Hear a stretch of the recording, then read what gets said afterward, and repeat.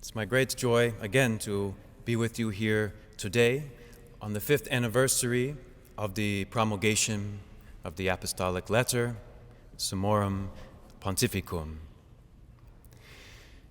First, I want to make some brief introductory remarks just about the life of our pontiff. Why are we here today? It's really, I don't know the word for a speech, but in writing, if you have a Festschrift, it means kind of a celebratory writing.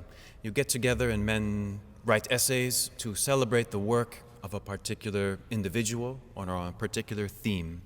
And so today I conceived this talk as a Festschrift, if you were, with one submission, my own, on the work of the Holy Father in the liturgical realm. We'll see, I titled the lecture a bit provocatively, The Liturgical Reform of Pope Benedict XVI. And you might be thinking, well, he hasn't really made a reform, so what do you mean? Well, we'll see that as we go in today's lecture, I hope. It's meant to draw people in, so if you came here to find out what I meant, it was a success, the title.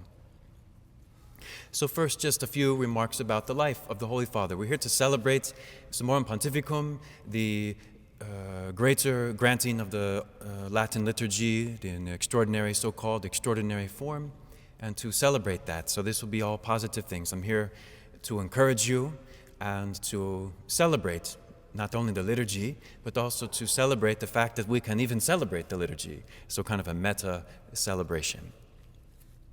First, just a few remarks about the Holy Father.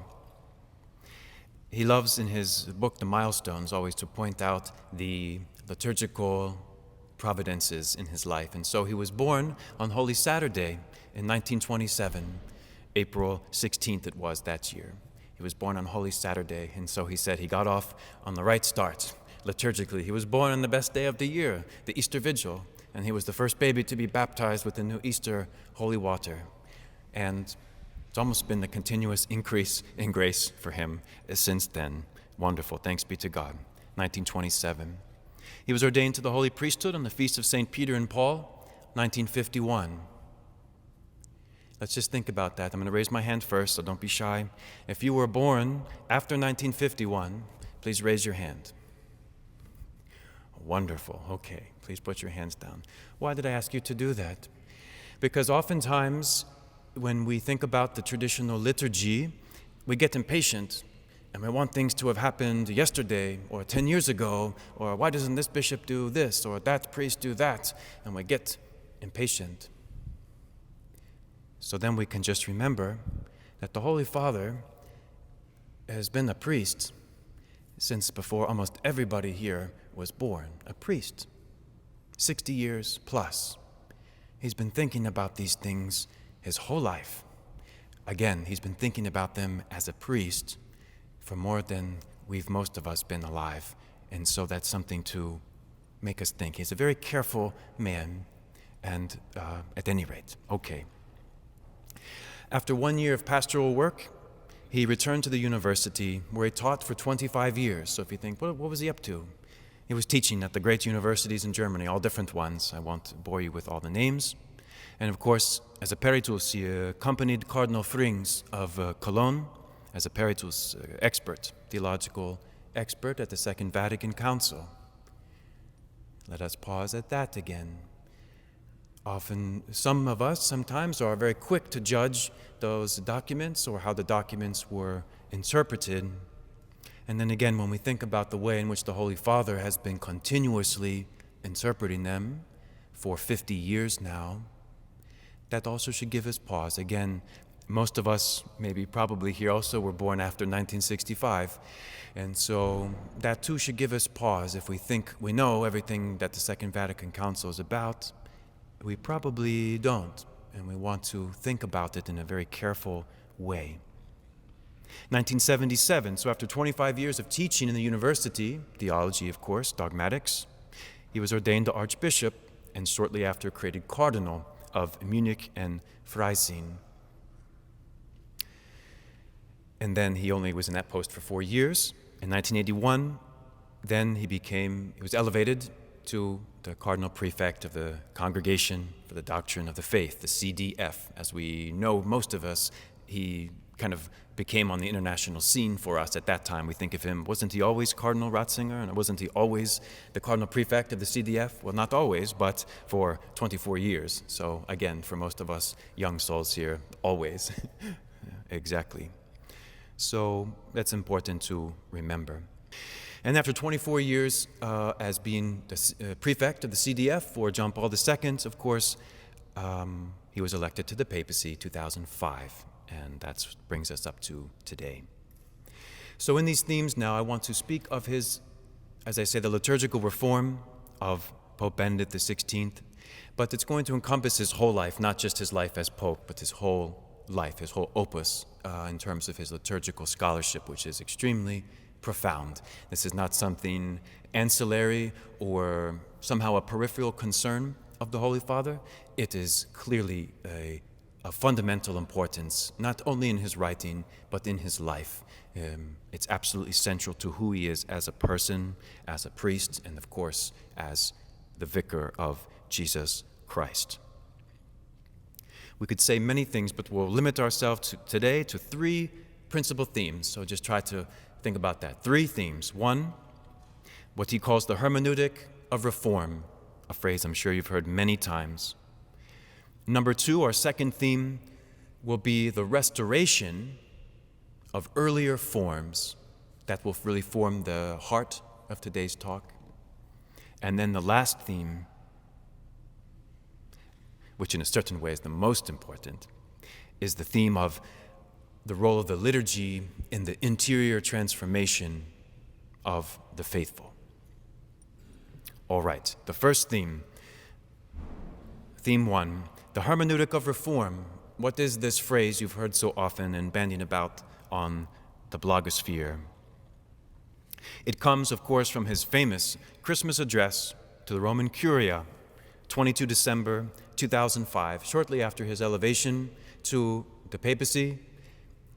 As is long tradition, the Pope gives an address to the Curia, to his cardinals, to his closest co-workers.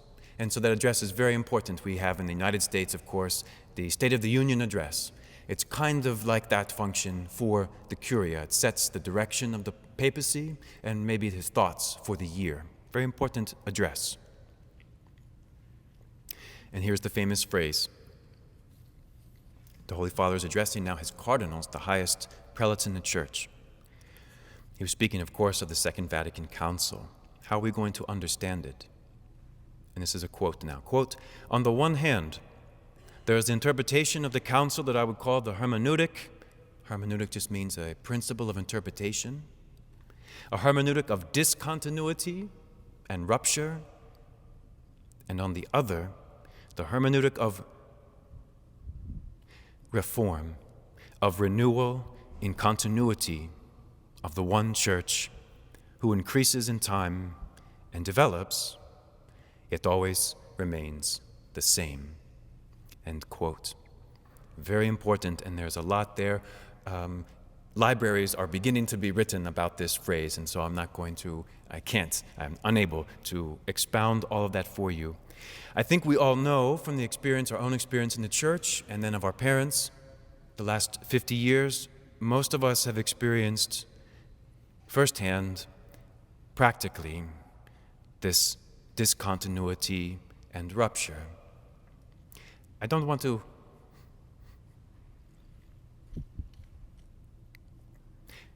dwell much on that because it's kind of sad, and this is supposed to be a celebratory talk. And so I think we know.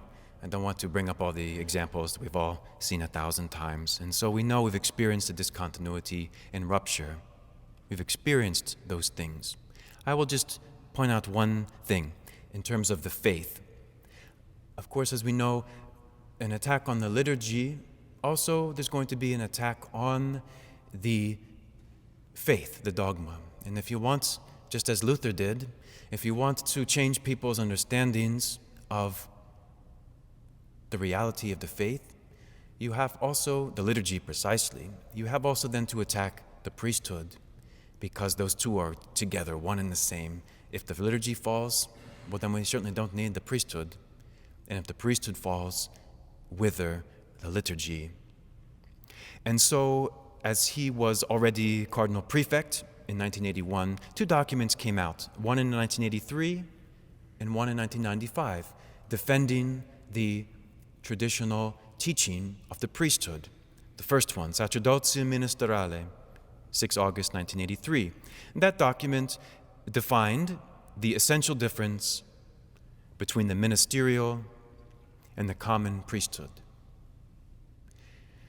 That means that after the Second Vatican Council, much was made of the common priesthood of the faithful, and much should be made of it. We share in the common priesthood by our baptism. Wonderful. That's a truth of our faith, revealed, divinely revealed in Holy Scripture. Yet, as we all know, there was an obscuring of the difference between the common priesthood of the faithful and the ministerial, Levitical, sacramental priesthood of the ordained ministry. And so that document in 1983 delineated that once again. The second document, Ordinatio Sacerdotalis, 1995, reiterated again the traditional teaching that the sacred priesthood, the ordained priesthood, is definitively reserved to men. Simple statement, but one that needed to be articulated yet again.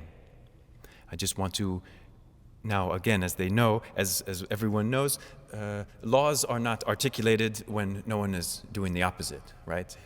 So when things are being broken, you have to correct. And so the fact that these are articulated means that those concepts were under attack. And they still are under attack in a certain way, but they are on the retreat. We can give great thanks to God for that. So that's one point, a point of faith. I'm sure everyone here knows the old adage, lex credendi, lex orandi, and sometimes also lex orandi, lex credendi. That's complicated. I won't get into it all. It just means there's a relationship between the way we pray and what we believe, and also the other way around. And so, of course, we know that attack on the priesthood was also the attack on the divine liturgy. And so, not to use my own words, let's use the Holy Father's words from his wonderful memoirs, called in English, called Milestones. Very wonderful, published by Ignatius, 1997. Very wonderful book. If you're looking to know the Holy Father more, read that little memoirs. It's very delightful. This is what the Holy Father says now again. It was published in 97. So he's Cardinal Prefect of the CDF, and he writes this. Speaking of the reform of the liturgy. The old building was demolished, and another was built. This has caused us enormous harm. I am convinced that the crisis in the Church we experience today is to a large extent due to the disintegration of the liturgy. End quote. That is his very measured comment on the practical way that most people experience the liturgical reform. It's been experienced as a rupture and a discontinuity. All right, that's what we know. That's point one. That was this first theme. But wait a minute, I thought we were going to talk about the hermeneutic of reform. We are, and that's going to be the next point and the third point of the talk. How then, from that experience of discontinuity, how are we going to slowly and organically impart that sense of continuity to the faithful once again? As we know, it's much easier to destroy buildings than to build them. It would take you all of 5 minutes to blow up the Cathedral of Chartres, even though it was built over centuries. So, we have to be patient. Remember, all of you who raised your hand at the beginning. We have to be patient. These things are not solved in a day or in a lifetime.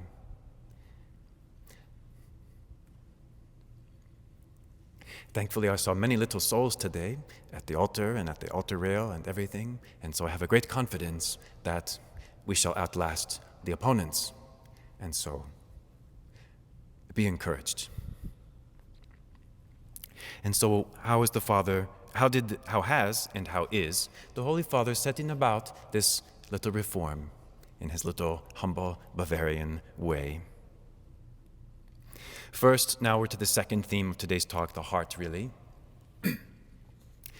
The restoration of earlier liturgical forms. Now, the liturgical books as they stand now will have to be revised again. Everyone knows this. And now, and even in the liturgical journals, the mainstream ones, I mean, people are now beginning to talk about it, which you weren't allowed to talk about it for 50 years, but they're beginning to talk about it. But there is an entire generation of laity and clergy now who have little or no understanding of the liturgy, of the Roman Rite, prior to the forms that existed before 1970. And so, if one were to attempt a reform now of the ordinary form of the Roman Rite, it would be a disaster. And so, a first step towards any such reform, in my view, must necessarily begin with a series of smaller restorations. We restore what was lost before we can begin to think about reforming. And we will consider this series of the Holy Father's restorations in 3 periods. The first period from 1970 to 1988. All right? The liturgical revolution was in full swing, 1970. All manner of things are happening. We're not going to mention them. And then we have this interesting, so they're thinking of 1970 to 1988. How about the extraordinary form of the Roman Rite? What was happening?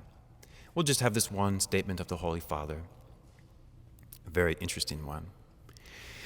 In theory, the old rite was, quote, never juridically abrogated.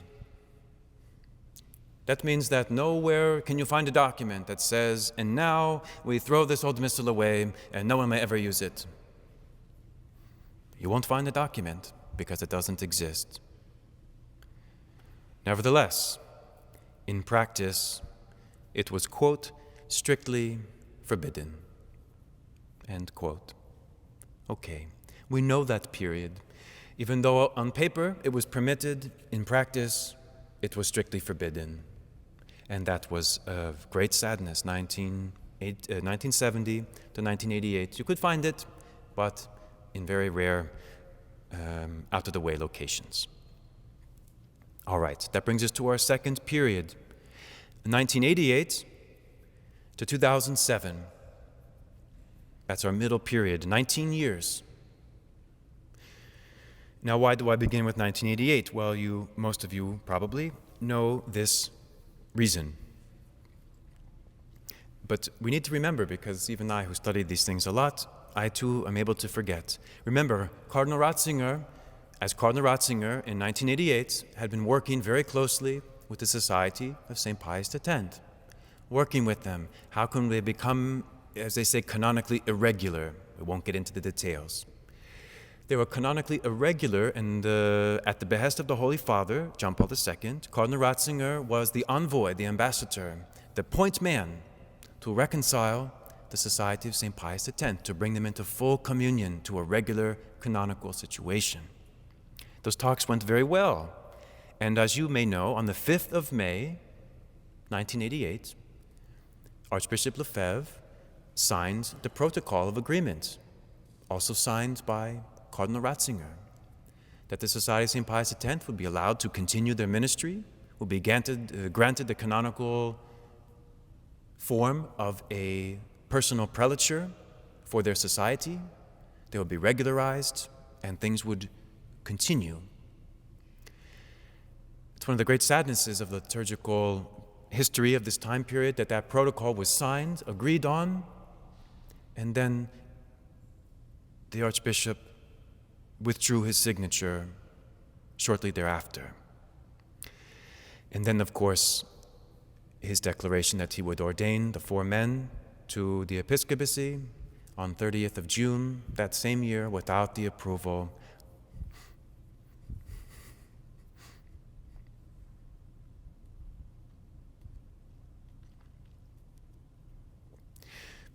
of the Holy Father.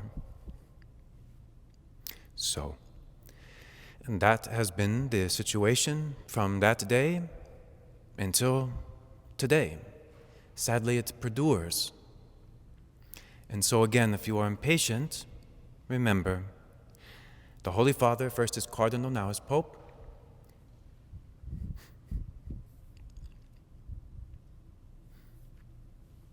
has been working on this for 25 years, from when he was 61 until now, when he's 85. I just offer that to you to meditate on when you think things should be proceeding in a different way. And so, together with John Paul II, of course, the Pontifical Commission, Ecclesia Dei, with the Holy Father, John Paul II's motu proprio, Ecclesia Dei Adflicta, 2nd July, 1988, declared the excommunication of those men. At the same day, the very same day, the Priestly Fraternity of St. Peter, the founders, declared their intention to found the Priestly Fraternity of St. Peter.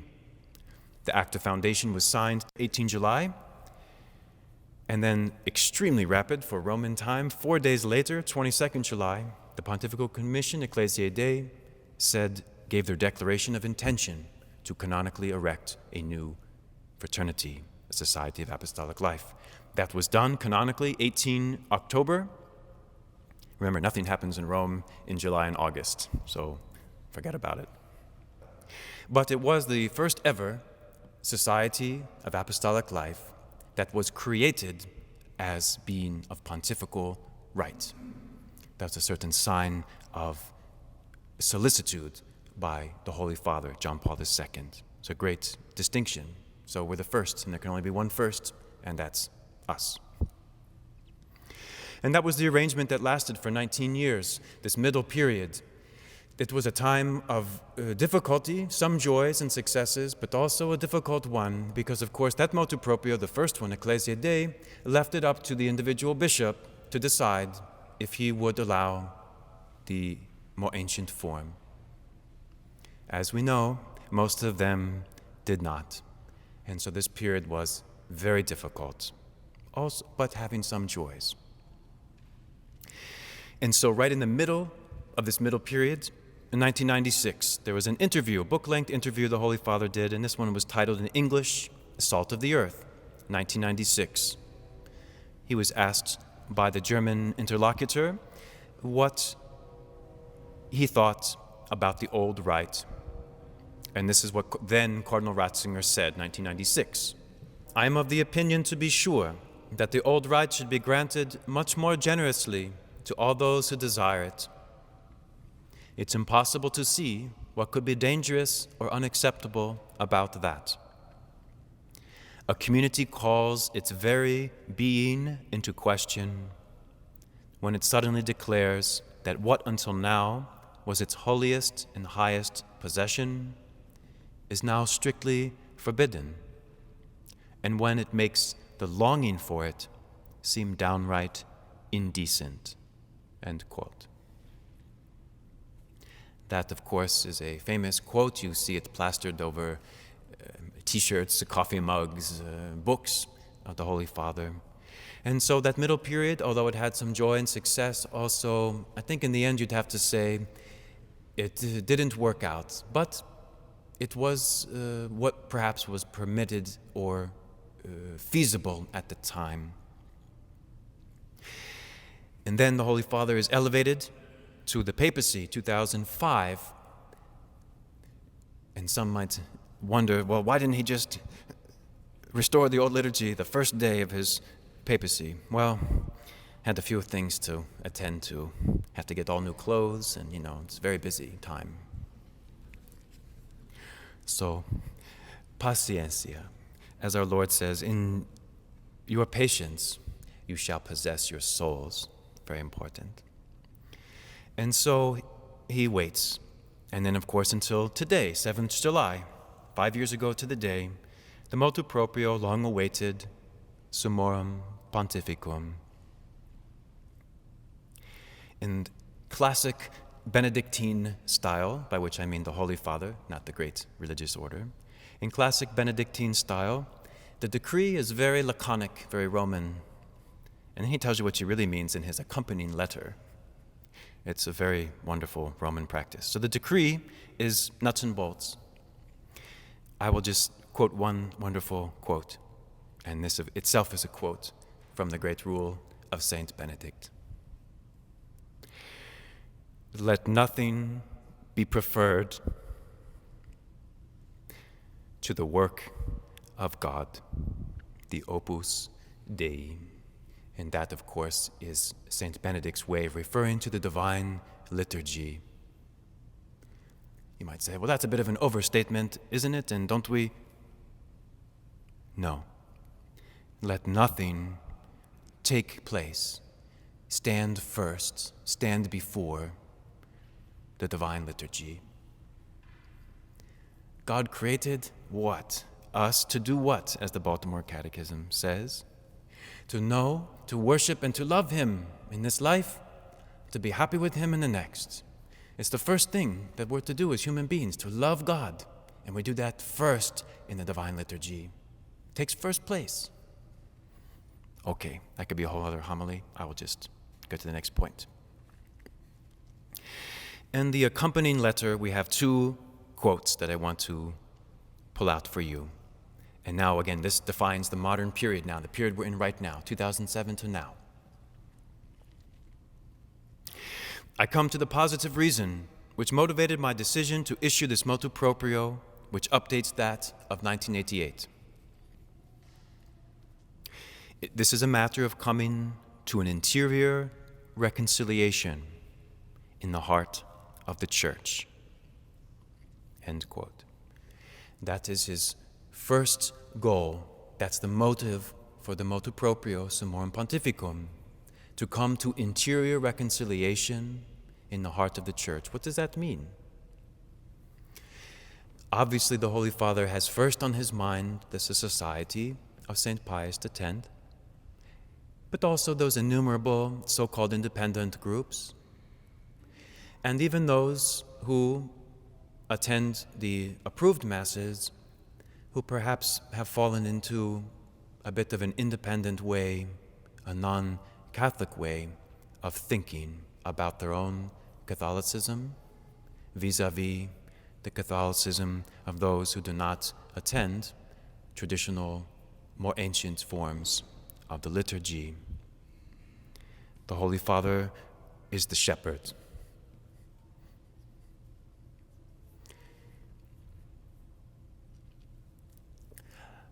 Papa, in Latin, Pope, Papa, of course means the daddy. He's the daddy. He wants everyone, all the children, to be at the table together to celebrate the wedding feast.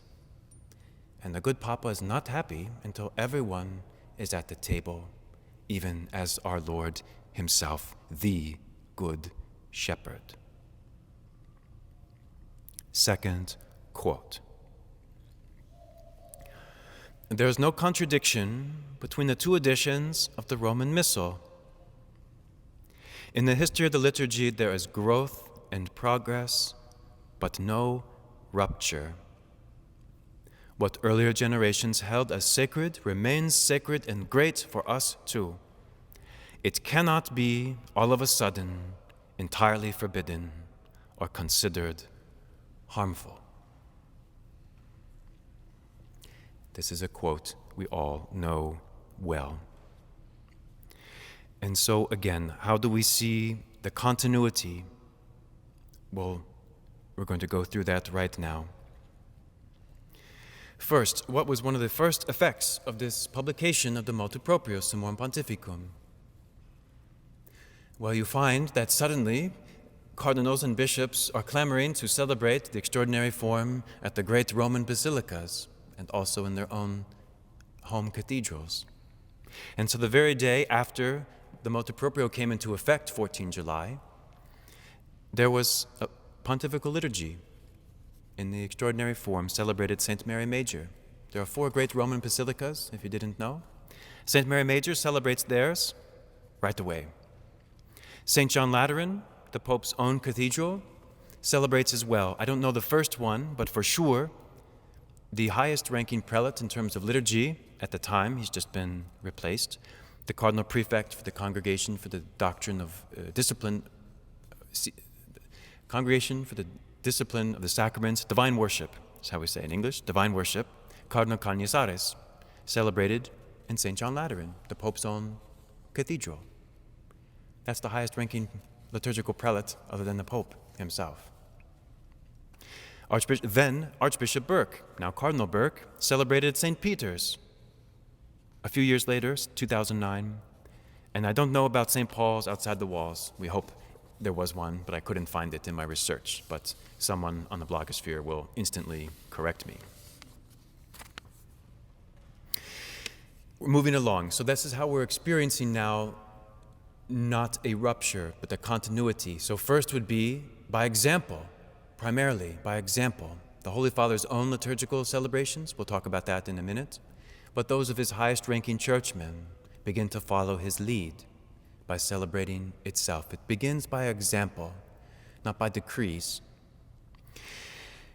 And then, of course, 2009, the decree of excommunication was lifted for the 4 bishops of the Society of St. Pius X.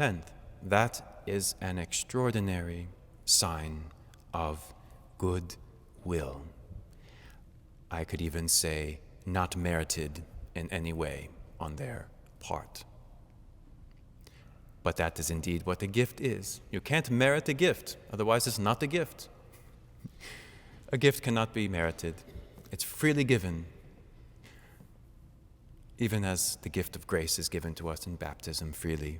Gratia gratis data. And so, why did he do that? Again, we have a nice little letter 2 weeks later to tell us, 10 March 2009, the remission of the excommunications has the same aim as that of the punishment, namely, to invite the 4 bishops once more to return.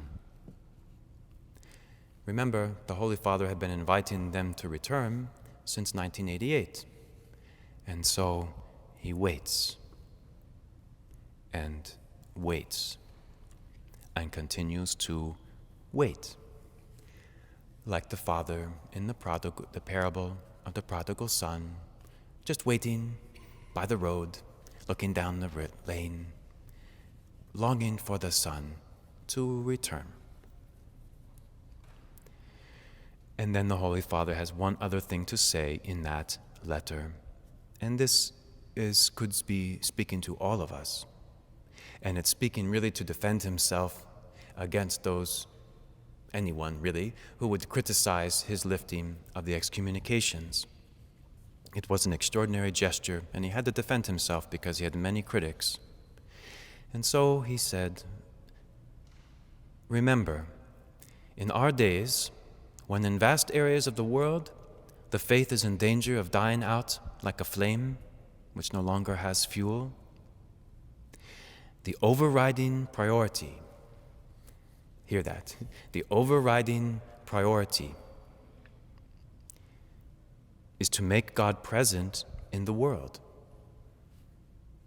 and to show men and women the way to God. That takes first place.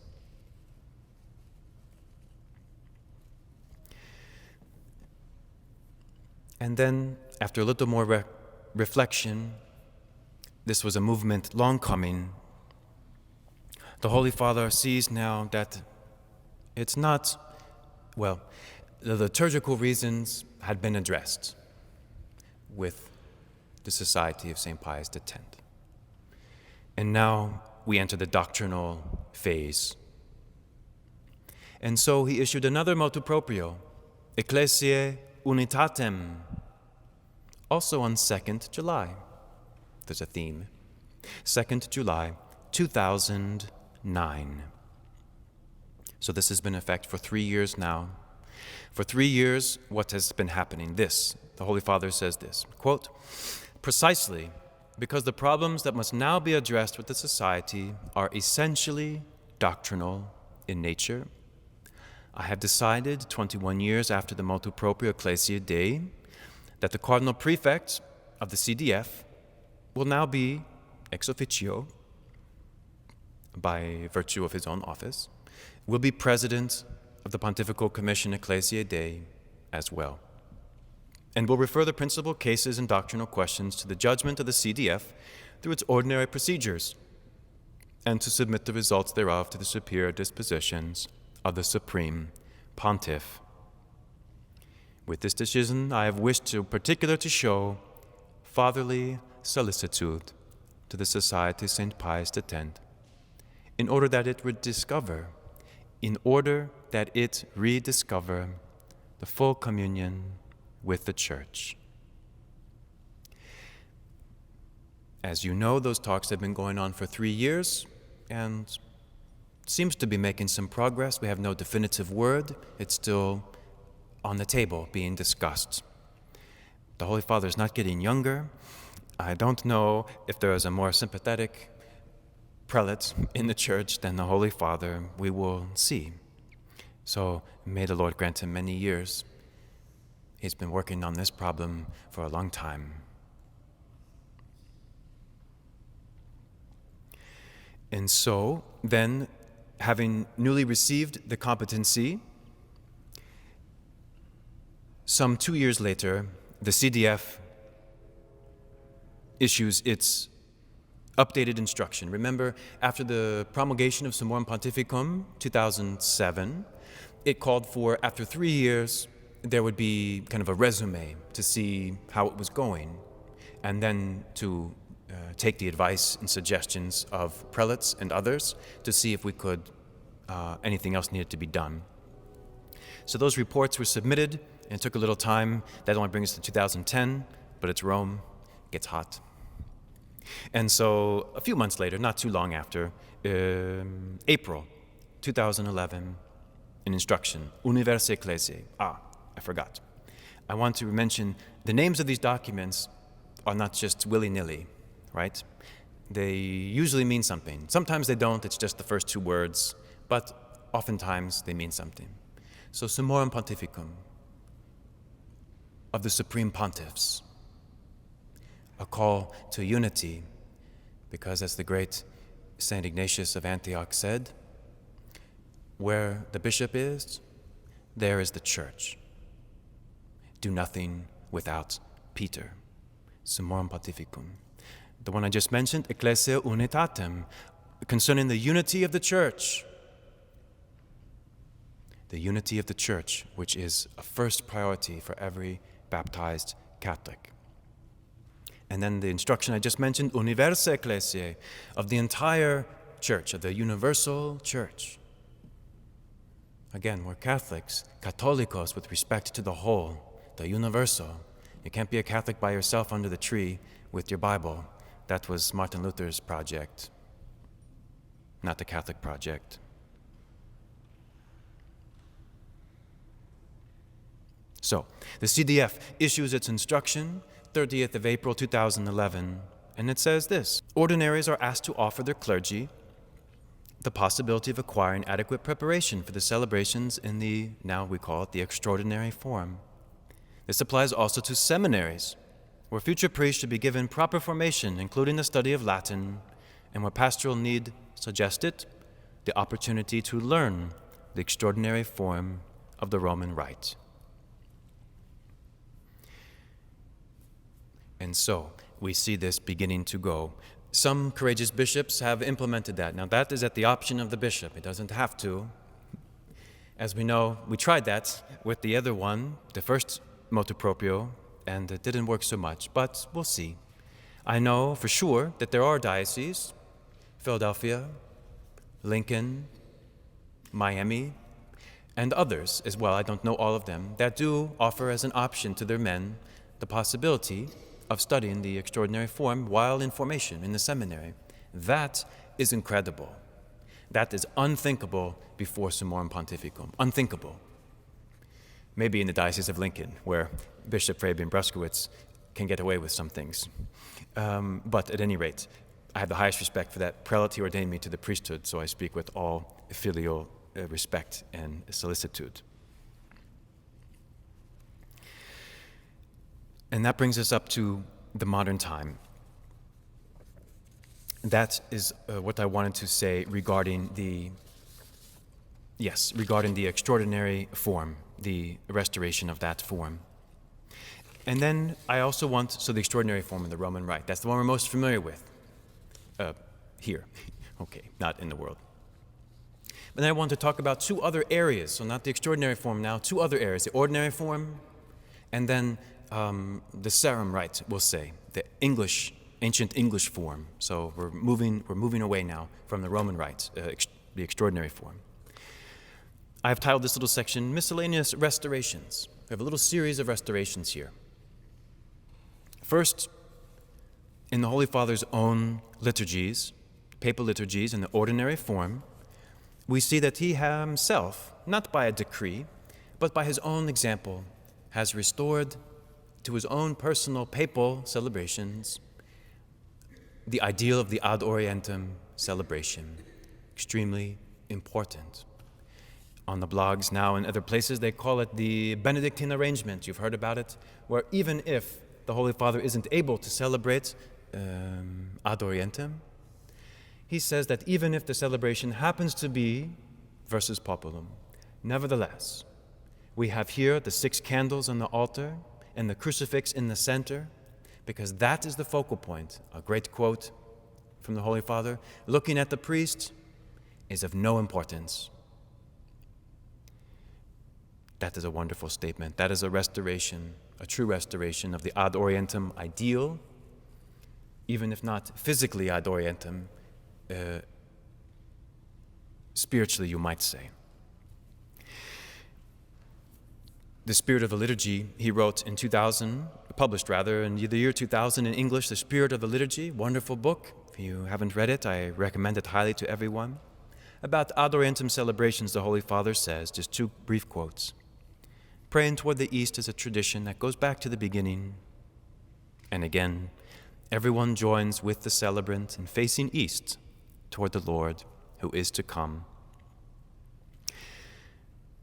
Then Cardinal Ratzinger also wrote a preface to Oratorian Father, a German priest, Uwe Michael Lang, a very fine priest. He wrote a book called Turning Towards the Lord, about orientation in the Roman Rite, historical development. Then Cardinal Ratzinger wrote a very wonderful preface to it, saying, this is an important book.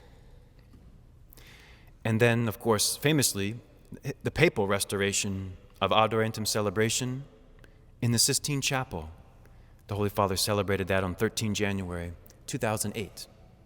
You probably remember those beautiful pictures, the Holy Father celebrating a beautiful pontifical mass, ordinary form, ad orientem at the papal altar in the Sistine Chapel. Very beautiful, again, inconceivable really before the Holy Father's pontificate. Well publicized also, again, this is a festschrift, not to teach you new things necessarily, but to encourage you to see where we've come, how far. Also at papal masses, the reception of the faithful, of the Holy Communion of the faithful, they receive kneeling and they receive on the tongue, ancient form at papal masses. I want to mention one thing too. It's not necessarily the work of the Holy Father, but I'm sure he was interested in it and approved. Back in 2002, so before the motu proprio, in 2002, in the ordinary form of the Roman Rite, was restored the ancient vigil of Pentecost. That's very interesting. Now, it's a partial restoration. It's not a complete restoration of the ancient vigil of Pentecost.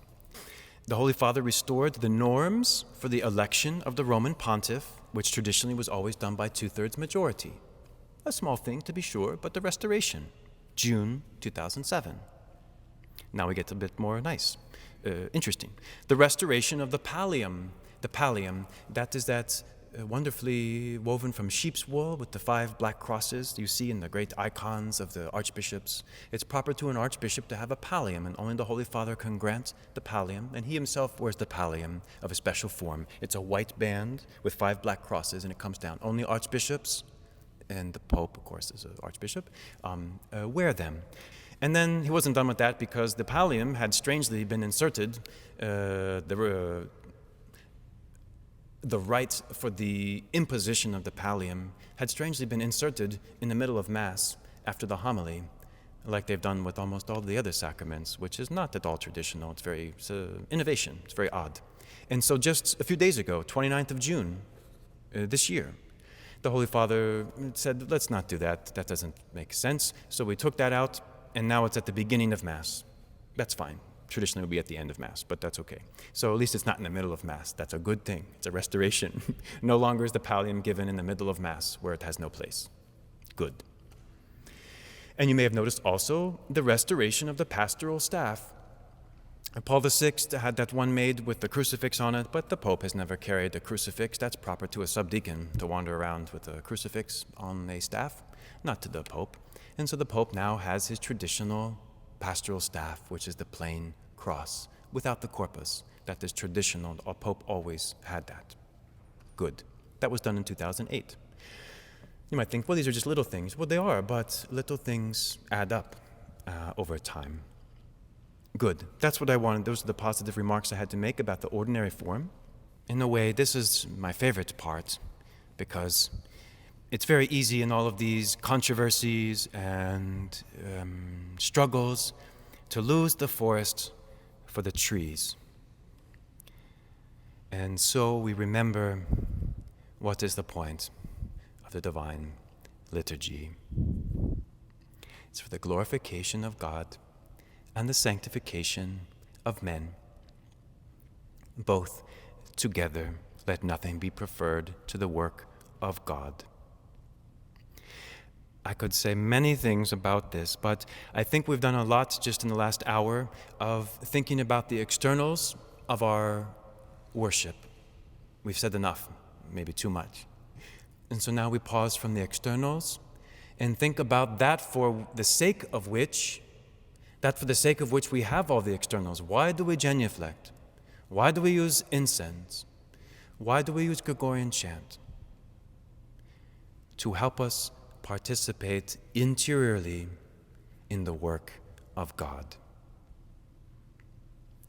This is a favorite theme, not only of mine, but much more importantly, of the Holy Father, whose work and life we're celebrating today. And really, I will only speak of one aspect of interior participation. One aspect of interior transformation. How do we participate really? And that's going to be through silence. That phrase you've heard a lot, participatio actuosa, first used by St. Pius X in his motu proprio, tra le sollicitudini. He said he wished that the faithful would have this participatio actuosa, that the faithful would once again really, authentically, deeply share in the liturgy. That's what that means. Participatio actuosa has nothing to do with traipsing about in the sanctuary and all manners of commotions. That is not participation, that is activity. It's not the same thing. The Holy Father, in his wonderful little book, Feast of Faith, Fest des Glaubens, 1981, if there is to be a real participatio actuosa, there must be silence. In the silence, together, we journey inward, becoming aware of word and sign. It's very beautiful. As my brothers love to make fun of me, very sensitive to sounds, get easily distracted. The silence is essential. It's not a little added thing that, oh, well, here you could have 30 seconds of silence. No, it has to be interior, the whole Mass, in a certain way, even though you have beautiful polyphony and beautiful chant. But that all happens inside the silence. And those things sounds paradoxical, but the beautiful polyphony and things that partake of the spirit of chant, they enhance the ability we have to be silent. How many mothers and fathers have told me, "Father, when you have the sung Mass, my little ones pay so much better attention." Why? Because that beautiful music creates a context of silence, and the little souls can't experience the beauty. That is silence, even though there's a beautiful sound, you see. It's not about the exterior, it's about the heart. I have to say, I was at one liturgy, and they wished to chant the whole Mass. Okay, but then they insisted on the priest chanting aloud the entire canon. I almost ran out shaking because it was too much. There wasn't any silence. You couldn't breathe. And then it was not good. Uninterrupted loud chanting of the canon, in my opinion, is worse than loud reciting of the canon. We need silence in the liturgy, but most importantly at the canon and the words of consecration, we need the silence so we can enter into the mystery. Okay. And so our authentic, our real, our deepest participatio, our deepest participation in the liturgy happens how? Last quote from the Holy Father. Surrendering ourselves to the action of God so that we may, in our turn, cooperate, work together with Him. That is what begins in the liturgy and is meant to unfold further beyond it. That is the mature statement of the Holy Father's lifelong work and thought on the sacred liturgy, Spirit of the Liturgy, published in English 2000.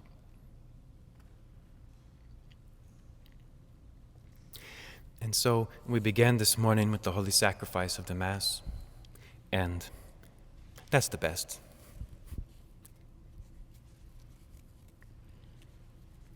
That's the whole raison d'être, the whole reason for our being, is to glorify God. And it doesn't stop there. It doesn't somehow make us closed-off persons, or we just hide in the church and never walk out of the church. But we come to the sacrifice of the Mass to give worship to God, and also to be transformed, and then to take that action of God into the world, so that we too, like Our Lady, may become co-operatores, co-workers, co-laborers in the vineyard of the world. And I will end with not a final comment, I just will end with the words of the Holy Father. He did a third and perhaps final book-length interview again with Peter Zeewald, and it was called Light of the World, published in 2010, and this is the final quote. The place where the Church is actually experienced most of all as Church is the liturgy, and that is also as it should be. At the end of the day, the point of the Church is to turn us toward God and to enable God to enter into the world. The liturgy is the act in which we believe that He enters our lives and that we touch Him. It is the act in which what is really essential takes place. We come into contact with God. He comes to us, and we are illumined by Him. Thank you very much, and God bless you.